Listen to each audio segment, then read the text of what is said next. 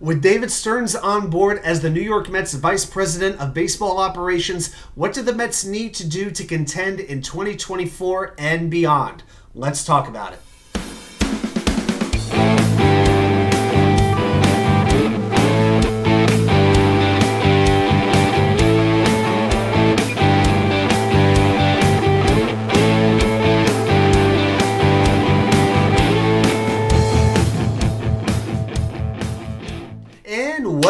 Well, welcome back to New York Sports WickerMedia. I'm Wa2K99. Thank you, as always, for taking the time to watch these videos.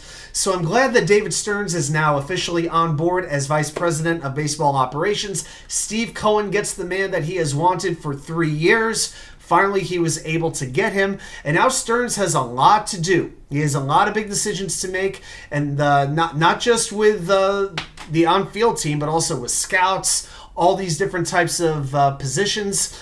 But as fans, we're most worried about who's going to be manager and who are the players going to be. What kind of direction is David Stearns going to take this team in?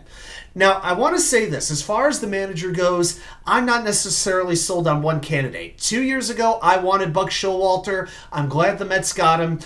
I really think the main reason it didn't work out this year is as the team struggled, it revealed the fractures between him and Billy Eppler. They had different baseball philosophies. You know, the report came out recently in the New York Post that Billy Eppler wanted Showalter to play Daniel Vogelbach, maybe the most reviled Met since, Carlos Baerga, since Robbie Alomar. You name the guy. But I think that Showalter left because it just wasn't going to work with Stearns and Eppler. But the fact that Stearns is going to be the one making the decisions ultimately, I'm willing to go along with it. But as far as the managerial candidates I hear, there's nobody who I'm dying to say, this is who we have to get in order to be good. I don't have that strong feeling. Craig Counsell is the name everybody is linking to the Mets, but you got to remember with Counsell, he's only managed in Milwaukee. He's a Wisconsin resident. He's born and raised in Wisconsin. His kids are in college in the Midwest and high school in the Midwest. It's going to have to take an ideal situation for him to move 1,500 miles, from the only area he's only really lived, to come to New York into that pressure cooker. So I'm not sold that Counsell, they're going to make him an offer. They'll try to convince him, but he's going to have to want to do it, and his family's going to have to be on board for it as well. But then you hear names like Carlos Beltran, like Joe Espada, Eric Chavez. I'd even be open-minded to Joe Maddon. He is one in very difficult situations before. I like Maddon too, but I don't know if that's something that he is open to doing and getting back into the manager's role. So I'm more concerned about the players' situation because I really feel the Mets have enough talent where it can work, but it is very important that the general manager and the manager are on the same page, and clearly that was not the case this past season.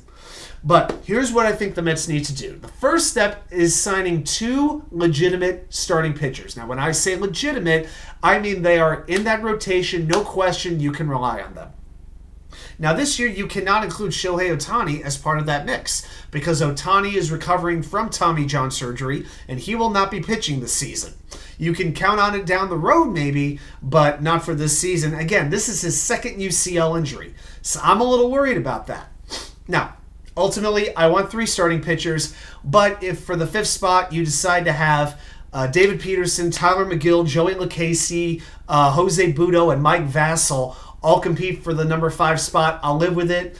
Of course, you have Jose Quintana. You have the greatness that is Kodai Senga, but you need 2 very, very reliable starting pitchers as well. So who are the names I'm looking at? Well, you do have Yoshinobu Yamamoto, the 25-year-old Japanese hurler who had even better numbers in Japan than Kodai Senga did.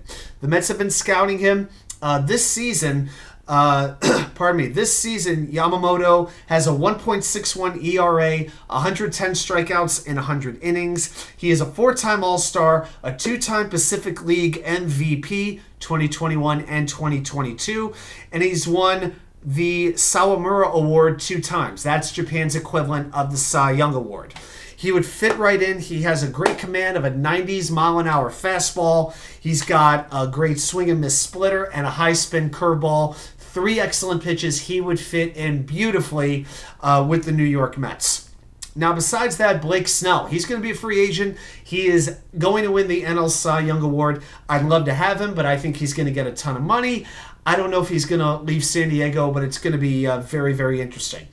As a more of a mid-level, I really like Jordan Montgomery a lot. Now, he had a very, very good playoff outing for Texas. Montgomery would be an excellent number 2 in my mind. That second starter, 3.46 ERA in 27 starts this year, pitched 156 innings. I'm very interested in Montgomery. Also, Aaron Nola.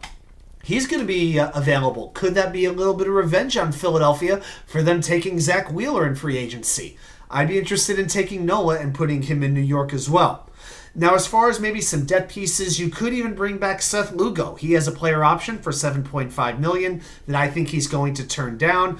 Eduardo Rodriguez, who is in Detroit this year, he might have something in the tank. Very durable, will eat up innings. Wade Miley, he has a mutual option with Milwaukee. James Paxton, maybe, if he's willing to take a very low-level deal. Lucas Giolito is another name I've heard. I have no interest in him. He eats innings, but he doesn't pitch well while he's doing it. And pretty much against every decent offense, he gets rocked. I'm just not a Giolito fan. So that's what I'm looking at as far as the starters. But I would like to see the Mets get, if they got something like Yamamoto and Montgomery, I would be very pleased with that. All right, number 2, extend Pete Alonso. Now, the fact that Alonso just hired Scott Boras as his agent does not give me a lot of optimism it's going to happen during this offseason. I definitely don't think he's going to get traded this offseason.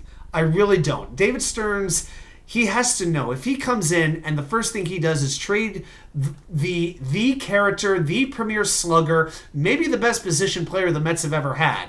If they trade him away, I don't know if he could ever come back from that, because what can the Mets trade Pete Alonso for that you could sell the fan base on? What are you going to do? Trade him to Arizona for Corbin Carroll and Zach Allen? What are you going to do? I can't think of a reasonable trade where that would work. So I would do everything I could to get rid of the distraction, give him 6 years, give him 8 years. I was one thing to take lottery picks and prospects for a 1 year, for a 1 year player. Like for a Scherzer, for a Pham, for a Canna, for an Escobar, all of these guys. But I can't do it for Pete Alonso. No, there's a time to take prospects, and this isn't it. Get the contract done, David. Get it done. Number 3, I would acquire a setup man to pitch behind Edwin Diaz. Now, Adam Ottavino has a player option. I don't think there's any guarantee he's coming back. Now, Josh Hader, he's going to be available, and oh my goodness, is that intriguing. The Padres are going to be cutting payroll. I just wonder if Josh Hader is willing to accept an 8th inning role behind Edwin Diaz. I don't know if that's going to happen, but if it did, that's as good as a 1-2 punch in baseball as you could ever want. That would be unbelievable. Jordan Hicks, he could throw his fastball over 100 miles an hour. Emilio Pagan from Minnesota, I like him. You could bring back David Robertson. He never really wanted to leave the Mets. You could bring him back. And there are a couple of relievers out there with some club options, like a Matt Barnes, a Blake Trinan, Nick Martinez, Daniel Hudson. I want one of those guys. And ultimately, number 4, you have to decide what you're going to do with certain prospects, with certain kids on this team.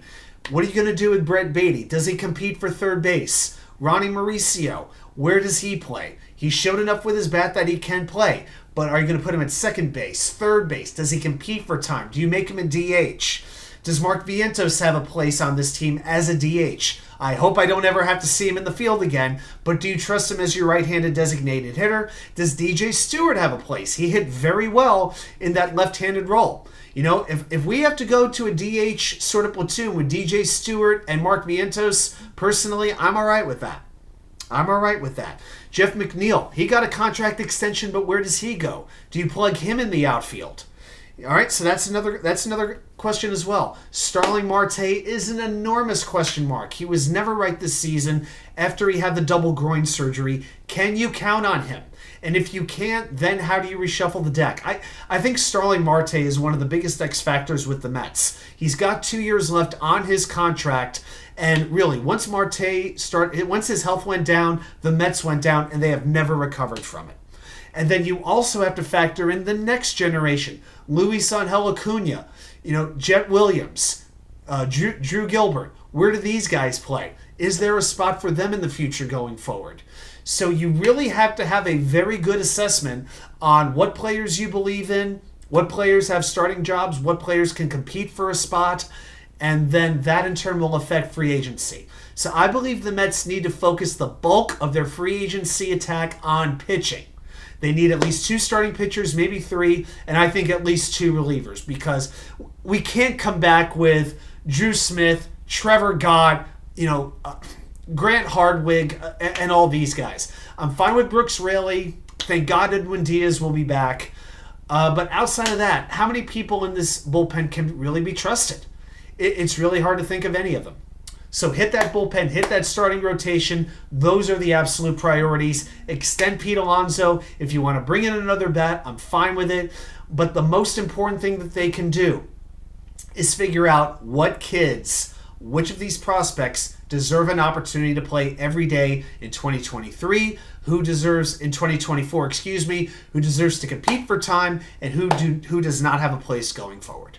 Well, those are my thoughts on the Mets and their offseason. What are your thoughts? Who would you like to see the Mets bring in this offseason? Put it right down there in the comments. Thanks, everybody, for watching. I'll see you right back here with more content from you know where, the Wicker Chair.